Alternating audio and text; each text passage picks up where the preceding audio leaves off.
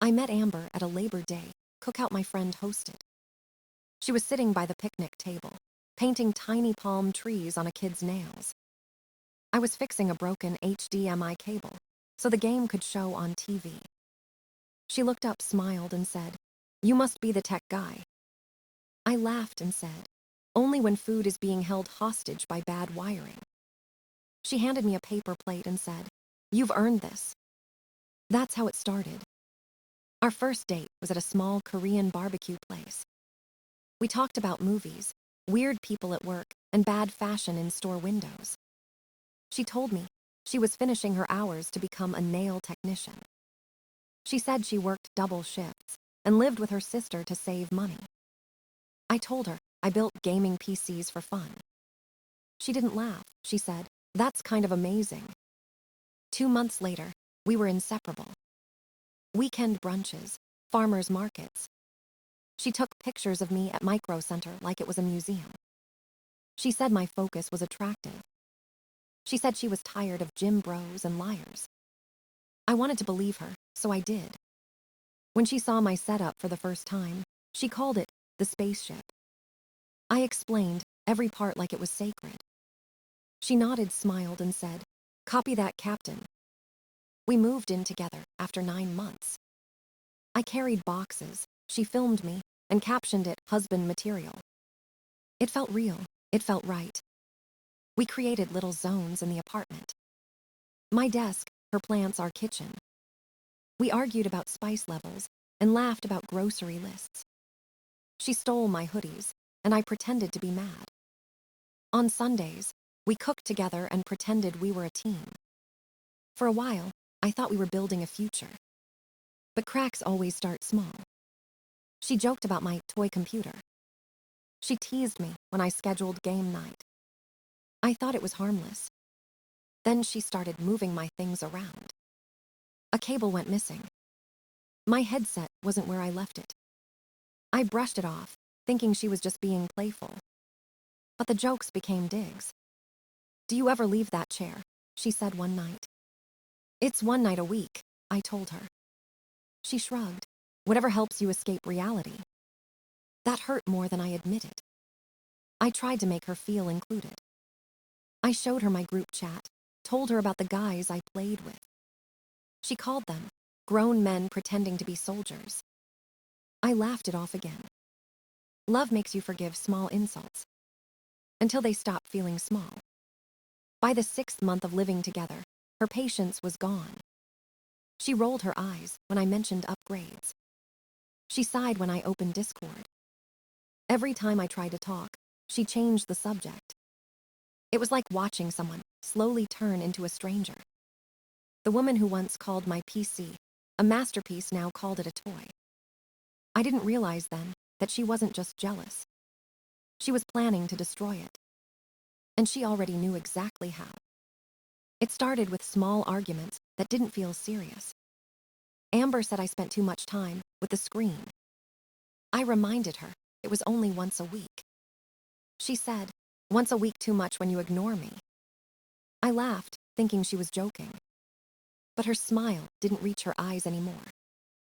One Friday night, I was mid-game with my friends. She walked into the room, arms crossed, eyes sharp. I held up a finger, signaling 1 minute. She pressed the power button on my PC without a word. The screen went black. The room went silent. She said, "Now I have your attention." I asked her why she did that. She said, "Because you act like a child with that toy." I told her it wasn't a toy. It was something I built from nothing. She rolled her eyes and said, "You're ridiculous." I didn't yell. I just told her not to touch my things again. She laughed and said, "Sure, Captain Serious." That night, I installed a small security camera in the living room. She asked why. I said it was for package theft. We lived on the 3rd floor, but she didn't question it. From then, I started recording. She didn't know. Every argument followed the same pattern. Same time, same place, same reason. Always when I had a game night planned. She'd complain about dinner. Then she'd start picking fights about attention. Every time, she ended it with, "You care more about pixels than people." I tried to explain it wasn't about escape. It was about something I built, something I controlled. She didn't care. She wanted chaos. She started doing it for the camera. TikTok trends, mock interviews, fake skits. She once pointed her phone at me and said, "This is what it looks like when your boyfriend ignores you for a game." Her followers laughed in the comments. She showed me the screen like it was proof she was right. I smiled, but felt something cold crawl up my spine. She began deleting my calendar reminders, canceling plans I made, replacing them with hers. I'd open my schedule and find date night, where squad night used to be. It wasn't about love anymore. It was control. I started writing everything down. Dates, times, what she said, how she reacted. It felt paranoid, but I couldn't shake the feeling. The more I stayed calm, the louder she got. Once, she FaceTimed her sister during my match, showing me in the background. "He's ignoring me again," she said to the camera. Her sister laughed. I muted my mic and took a deep breath. This wasn't a relationship anymore. It was a performance. She needed an audience, even if it meant turning me into the villain. That was when I realized she wasn't just jealous of my hobby. She was jealous of my peace. And she was ready to destroy both. It happened on a Thursday night. Amber walked out of the bedroom in a short black dress. I looked up from my desk and asked, "Where are you going?" She said, "Derek's birthday, just a few friends, don't be weird." My stomach tightened. Her ex, the same guy she swore she was done with. I told her, "If you go, we're over." She crossed her arms. "You can't tell me what to do." I said, "I can tell you my boundaries, that's one of them." She gave me that fake smile, the one that always meant trouble. Then she walked toward my desk. I thought she was grabbing her phone. Instead, she picked up my coffee mug. Before I could react, she tilted it over my PC. The coffee poured through the mesh, sizzling on the glass. It dripped over the motherboard, the GPU, the fans. Steam rose like smoke from a fire. She looked me dead in the eye. "Touch grass," she said. Then she walked out. I didn't move. I didn't yell. I just stared at the steam, rising from the machine I'd spent months building. My heart pounded, but my hands were steady. I pulled the plug, moved the PC gently aside, and opened my phone. The camera app showed everything. Amber, the mug, the pour, the steam. Clear as day. I hit save. Then I started taking pictures. Close-ups of the damage. The spilled coffee on the desk. The time on the stove clock in the frame. I bagged the mug in a plastic Ziploc. Gloves on, no fingerprints. Chain of custody. It wasn't rage anymore. It was calculation. I opened the window to air out the smell of burned circuits. Then my phone buzzed. Her sister's Instagram story. Amber sitting on Derek's lap at the party. His arm around her waist. Her lips on his. Timestamp visible. I recorded the screen. Saved it to the cloud. Same night, same timeline. She destroyed my PC and went straight to her ex. It was almost poetic. I sent myself the files, backed them up twice. Then I wrote everything down. 9:14 p.m., coffee poured.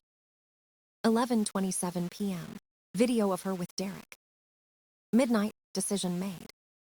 No arguments, no messages. Just one text. "We're done, don't come back." She called 8 times. I didn't answer. Instead, I started a new document called Things I Won't Forget. I listed every detail, every image, every file. Because from that moment, it wasn't about heartbreak. It was about justice. Amber thought she taught me a lesson about control. But she forgot who she was dealing with. I build systems. And I was about to build one she couldn't escape.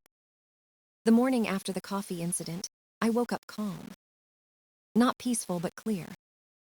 I brewed a new cup, Not for drinking, just for irony. Then I opened my laptop and started collecting files. Photos, receipts, screenshots, repair estimates. Every piece of proof that showed what she did. The footage from the camera was perfect. Full view of Amber, the mug, the pour, and the steam. Timestamp clear, face visible. I emailed the clip to myself, backed it up twice. Then I searched for a repair shop that handled liquid damage. The technician opened the case and frowned. "Yeah, this is cooked," he said.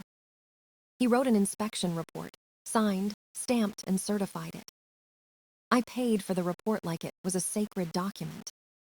Back home, I organized everything into folders. Video, photos, receipts, witness, legal. Then I drafted a demand letter. Short, cold, precise. You intentionally damaged property valued at $20,000. Pay the full amount within 14 days, or face legal action. I mailed it certified to her apartment and her sister's place. Then I filed a police report. The officer watched the video twice. He gave me a case number and said, "This is solid evidence." That was enough. No shouting, no revenge posts. Just paperwork. I called a tenant attorney. The apartment lease was under my name only. He told me exactly what to do. Serve her with a 30-day notice to quit. Revoke her permission to live there. If she refused, file an unlawful detainer. So I did. A process server delivered it to her while I was at work. He even took a photo of her accepting it. When I saw the timestamp, I smiled. She texted me minutes later. "You can't evict me. I live there." I replied, "You were a guest. Your license to occupy has been revoked." No more texting after that. Email only. I blocked her number. Then I called my insurance company. I filed a claim with every document attached. They approved it within a week. They paid the cost, minus a small deductible. The check arrived, and I used it to buy replacement parts. New GPU, new motherboard, new beginning. Meanwhile, my lawyer filed the civil case for property damage. It wasn't small claims. The amount was too high. We added every piece of evidence. The video still, the repair report, the demand letter. The police report number, the certified mail receipts. It was airtight. Amber got served again. My lawyer texted me one word: delivered. I didn't feel joy, I felt order.